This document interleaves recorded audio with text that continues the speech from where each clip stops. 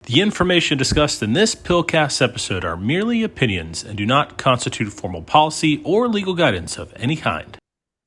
Hello and welcome to another PILCast, the video blog where we talk about important federal procurement innovations in 10 minutes or less. We guarantee it.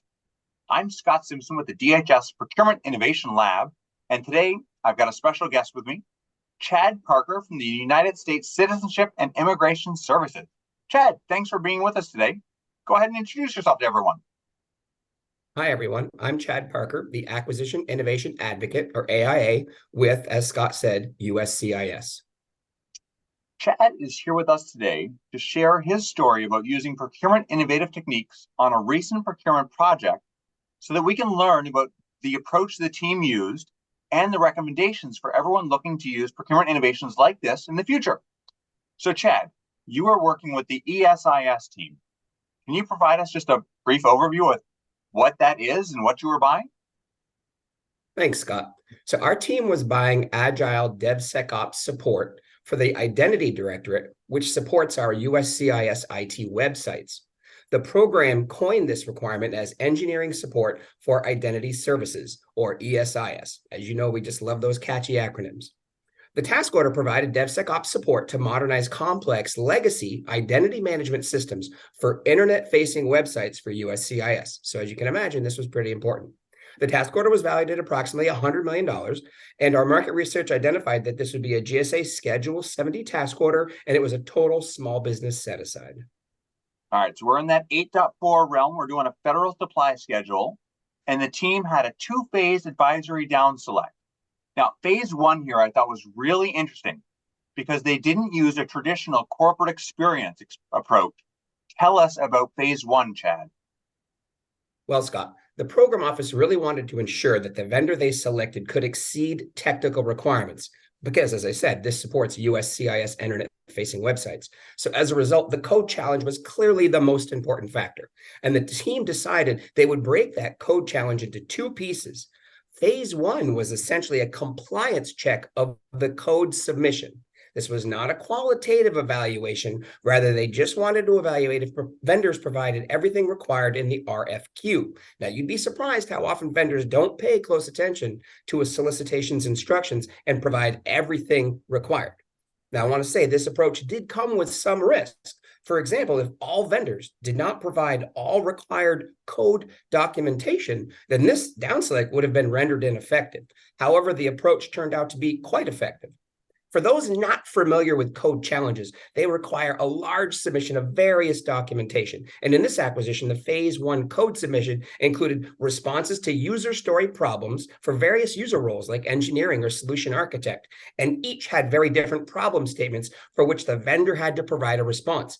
In addition to the code and functioning code, they had to have README files that gave instructions on how to execute the code and a laundry list of other files that had to be submitted into GitHub for government evaluation. In this phase, we received 13 quotes and we evaluated them all within 13 days. That sounds awesome. And we get that question a lot. Well, you've got this coding challenge. What do you do with it? And so here they were putting their coding challenge into GitHub, and then that GitHub repository was shared with the government evaluator. And you said you got 13 quotes in phase one. How many did you move into phase two? Scott, we only received 3 that we wanted to go forward with phase 2, and all 10 vendors who were advised not to proceed using the advisory down select all took the government's advice. So we ended up with 3 in phase 2. Fantastic. All right. So phase 2, you've got you mentioned that you broke the coding challenge up into 2 pieces. And so phase 2 is sort of the continuation of this coding challenge from phase 1. So let's talk more about that now. In phase 2, Scott, vendors deployed the code that they wrote in phase 1. Essentially, code is pulled from the GitHub repository, moved to a government-controlled cloud environment, in this instance, AWS, Amazon, where the vendors demonstrated that the problem statements could be solved with working code showing real data results of the problem statement solutions. In the code demonstration, they also discussed their approach to the work and the decisions they used to answer the problem statements. This evaluation went beyond just writing the code and evaluating the significance of the code, the quality of the code, but also the decision methods used to solve the problems.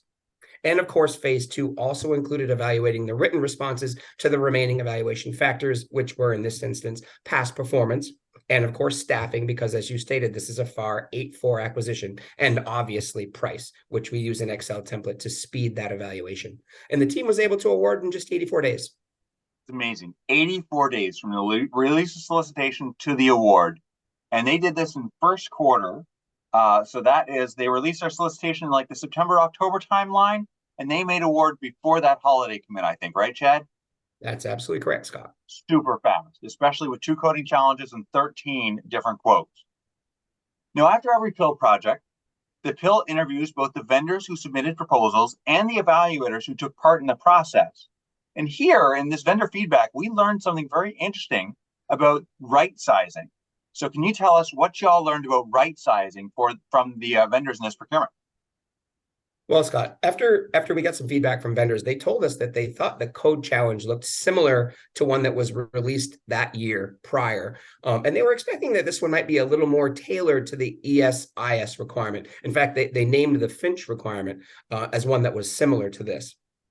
And while this was similar to a prior code challenge, the USCIS team did change data sets, and they did develop unique problem statements to ensure that it wasn't an exact repeat of the prior code challenge.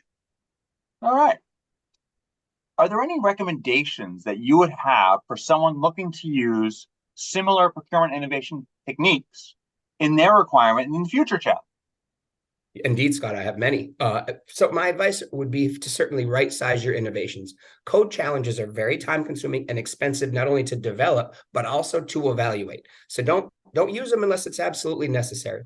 And keep in mind, it takes the government a long time to find large amounts of data sets for which we can test the vendor's code's ability to process large volumes of data and output results based on a set of criteria, problem statements. It's like an if-then statement kind of scenario, right? So don't use code challenges or technical demonstrations if they're going to be very long. Try to keep them short in duration, and try and consider if there's other ways to get around that. In fact, maybe do an oral presentation might be a better approach, where you could develop the problem statements and you could develop maybe a smaller set of data, but have them not so much focus on writing code, but focus on the approach that they took to use code and solve the problems, and get that through an oral presentation as opposed to developing code and doing a full technical demonstration or code challenge.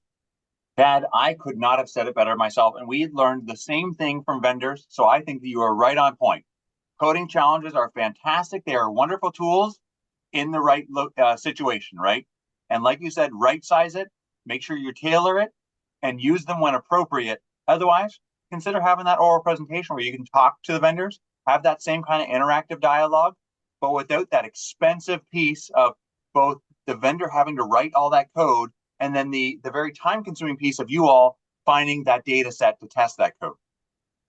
Chad, thanks so much for being with us today and sharing your story with everyone. Great job on this requirement. Thanks, Scott. Let us know what you think of these comments in the comments below, and like this video, share the video with your friends, subscribe to our channel, and hit that notification button so you get all of our latest updates and uploads. Thanks for joining us, and we'll see you all next time. Take care.